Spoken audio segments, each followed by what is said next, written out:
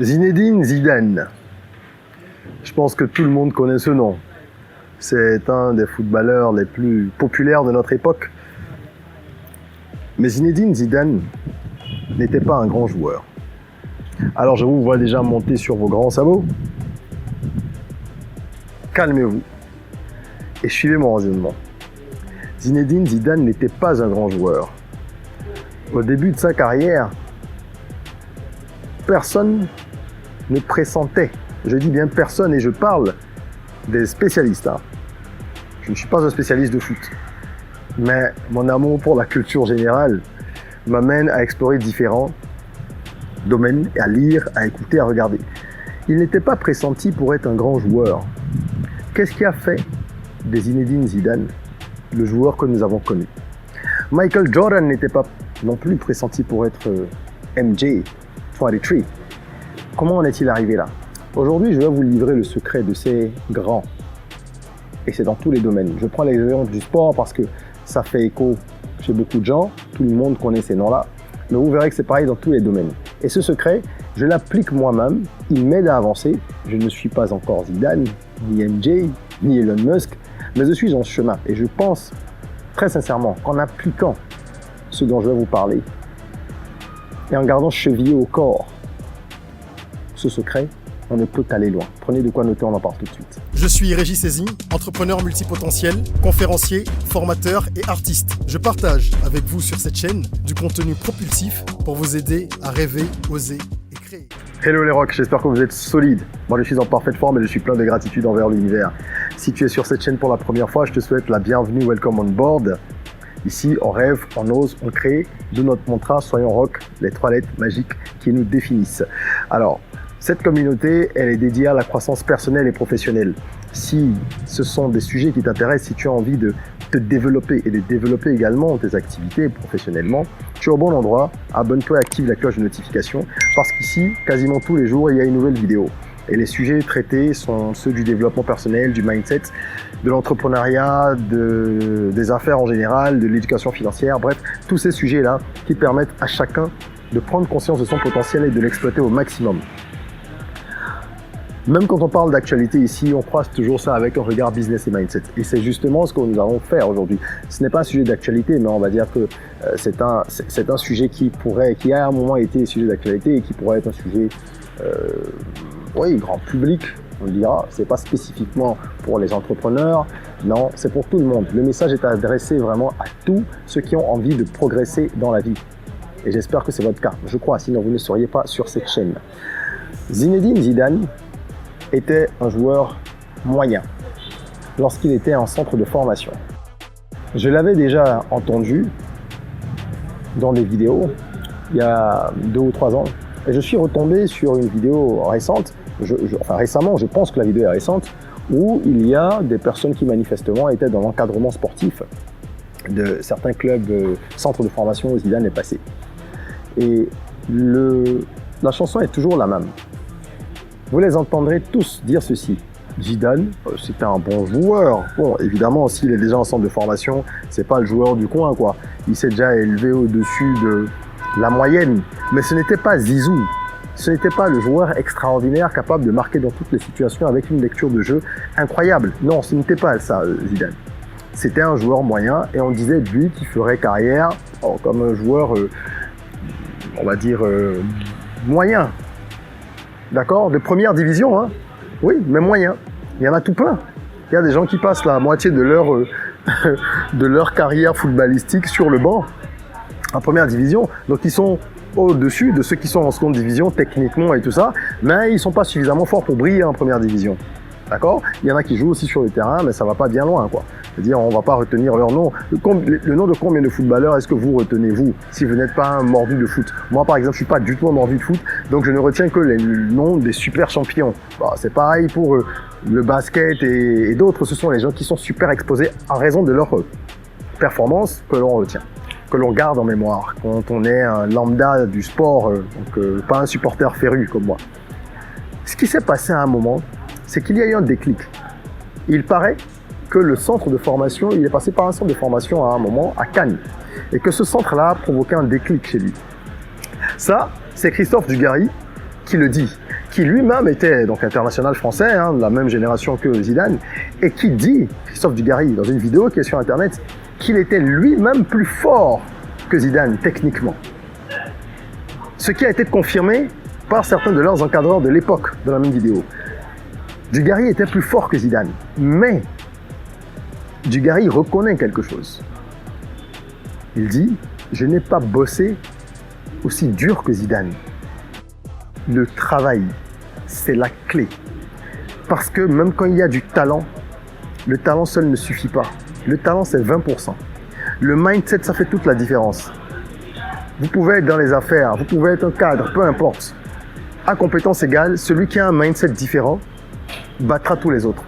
Et c'est justement pour ça que lorsque je vois des gens parler de programmes d'accompagnement pour les entrepreneurs et qui ne parlent pas de mindset, ça me fait un peu sourire.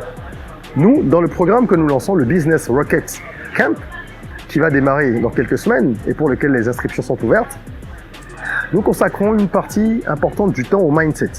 Qu'est-ce que ça veut dire? Ce programme, c'est un programme d'accompagnement intensif pour les entrepreneurs. C'est le programme qui t'aide à faire décoller ton business en Afrique. Je suis entrepreneur depuis 15 ans.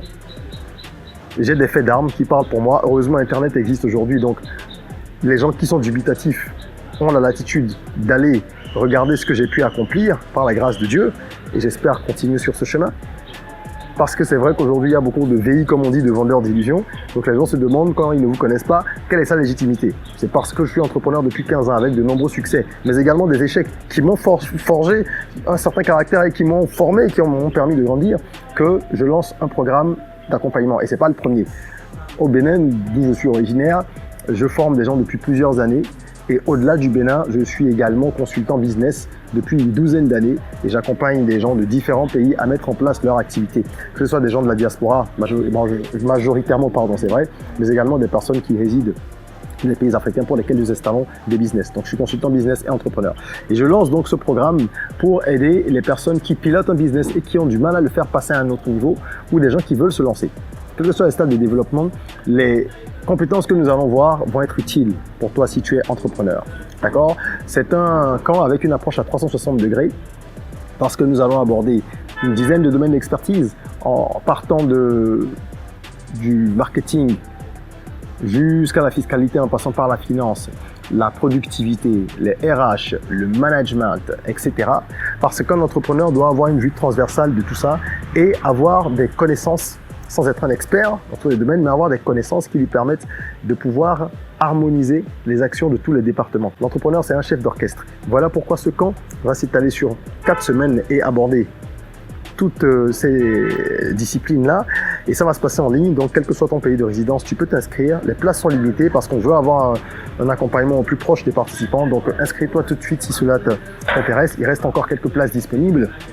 Et le camp est constitué de webinaires, de coaching personnalisé, de masterclass, de plusieurs outils pratiques mis à disposition des participants pour également appliquer ce qu'ils apprennent rapidement. D'accord? Donc dans ce camp, pour revenir à ce que je disais, dans ce camp, nous consacrons une partie du programme au mindset, au développement personnel. Parce que ce qui fait la différence entre deux personnes, ça va être votre état d'esprit, les compétences interpersonnelles, comportementales. Ça va être votre résilience, votre tolérance au risque, votre tolérance au stress, votre sociabilité, votre capacité à vous adapter aux changements de situation. Il y a plein d'éléments qu'on enseigne ni à l'école, ni dans une école technique, que ce soit dans le sport, que ce soit dans le cinéma, que ce soit dans la musique. Il y a des compétences que certains ont naturellement et que d'autres doivent développer. Même quand vous les avez naturellement, il faut les travailler. C'est super important. La productivité aujourd'hui, par exemple, c'est pas quelque chose qu'on apprend à l'école, mais vous devez apprendre à être productif, ça fait partie du mindset. Là, on en parle beaucoup dans le Business Rocket Camp, on donne des astuces, des outils pratiques. Donc Zidane, c'est un gros bosseur. C'est quelqu'un qui savait qu'il était un peu au-dessus de la moyenne, mais qu'il n'était pas le plus fort. Lui-même dit dans certaines vidéos qu'il savait qu'il avait quelque chose en lui, mais qu'il n'imaginait pas qu'il aurait pu débloquer ce genre de niveau. C'est un peu comme dans Dragon Ball Z, pour ceux qui ont lu un petit peu cette histoire ou vu à l'époque, où il y avait des fusions entre les personnages et il y avait des niveaux donnés qu'il fallait débloquer grâce à l'entraînement. Aucun talent ne peut être exploité à 100%, même à 50-60% s'il n'y a pas de travail. C'est le travail qui a fait de Zinedine Zidane le Zizou qu'on a connu. L'extraordinaire Zizou. D'accord? Le danger des surfaces. C'est le travail qu'il a fait, c'est l'entraînement, c'est la répétition. On pourrait parler de la même chose pour plusieurs personnes. Je reste dans le foot, Roberto Carlos. Vous vous souvenez peut-être, pour ceux qui ont connu Roberto Carlos, de ses coups francs, même de ses tirs en général. C'est le mec qui marque depuis le milieu du terrain et la frappe est d'une précision inimaginable. On a l'impression qu'on est dans l'école des champions ou un de ces dessins animés, là, manga, de football, où les gens font le tir de l'aigle, des tirs improbables. Il a une précision terrible. Il fait partie du ballon complètement à gauche, ça revient à droite. Il le fait dans le sens inverse. Et ça, c'est des choses qu'il explique, parce qu'il explique dans des vidéos comment est-ce qu'il s'est entraîné des heures et des heures pendant des années pour donner des trajectoires données au ballon, qui sait exactement où il frappe, qui sait comment ça va rentrer, et qu'il croise tout ça avec les paramètres de vitesse de vent. C'est hallucinant. L'esprit humain est capable de choses extraordinaires. Notre cerveau est un outil phénoménal. Mais sans le travail, nous ne pouvons pas débloquer tous les niveaux. Il faut travailler et reprendre à plusieurs reprises ce que l'on sait bien faire pour devenir plus que bon, pour devenir un génie dans ce domaine, pour devenir extraordinaire. Un Cristiano Ronaldo, on sait très bien que c'était pas non plus le plus grand joueur en centre de formation. Regardez ce qu'il est devenu. C'est pareil pour Michael Jordan, qui au sortir des matchs continuait, bien que fatigué.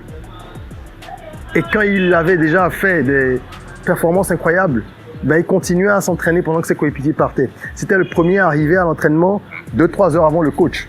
Le matin à 4-5 heures, il s'entraînait. Si vous suivez, au-delà des reportages qui le mentionnent, et de tout ce qu'il y a comme article, les livres, si vous suivez le film sur la carrière de Michael Jordan, le film qui parle beaucoup plus, on va dire, du côté business avec Nike, mais on voit un petit peu comment il vivait, quelle était son éthique de travail. C'est le mec qui était debout à 4 heures tout le temps, qui allait s'entraîner très tôt. C'est pareil pour les sœurs Williams. Et pour les entrepreneurs, quel que soit le domaine d'activité, c'est pareil. L'entrepreneuriat, je dis toujours que c'est un sport de haut niveau.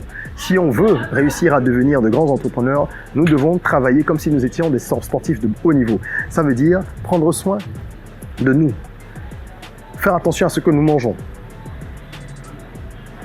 L'alimentation, ça a un impact sur le stress, sur l'humeur, sur la santé en général, mentale et physique. Donc faire attention à ce qu'on mange, comme les sportifs de haut niveau. Avoir une hygiène de vie calibrée comme les sportifs de haut niveau, c'est-à-dire dormir suffisamment, dormir à des heures précises, se réveiller à des heures précises, avoir un calendrier d'activité, avoir une bonne routine matinale, avoir une bonne routine du soir, être coaché, s'entourer. Les gens me font marrer quand ils disent « Ouais, non, moi je peux pas être coaché, non, Nina ». Tout le monde se fait coacher, tous ceux qui réussissent se font coacher.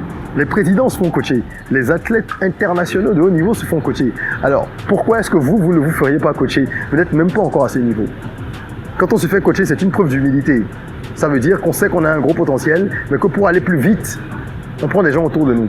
Ce que vous allez apprendre en 10 ans, avec un coach, vous allez l'apprendre en 6 mois, en 1 an, en 2 ans. Moi, quand les gens bookent des séances de coaching avec moi, ce que vous pouvez faire, le lien est en description, pour régler des problèmes business ou des problèmes dans le dev perso, ben, ils font toujours ce témoignage. Ils disent après les séances, « Waouh, je suis allé super vite, grâce à vous, merci. » Et je dis, je vous en prie, je suis content que ça ait marché, mais c'est mon boulot. Parce que moi, je capitalisais mes années d'expérience et j'essaie de faire avancer les autres plus vite. C'est ce que font toutes les personnes qui font du coaching, quel que soit le domaine. Et c'est ce que nous devons faire pour que notre communauté avance et se développe. Il faut écrire des bouquins. Il faut partager. Moi, je fais des vidéos YouTube, j'écris des bouquins, je fais tout ça, je donne des conférences, des formations, parce que, oui, il y a une part de business dedans, parce qu'on travaille pour gagner sa vie, mais je le fais parce que c'est une vocation avant tout. Quand j'écris Apprendre à entreprendre, qui est un ouvrage, un guide pratique d'initiation à l'entrepreneuriat pour les jeunes, quand je forme des personnes plus âgées, je donne des conférences à des gens de 30, 40, 50 ans, c'est pour que ça aille vite.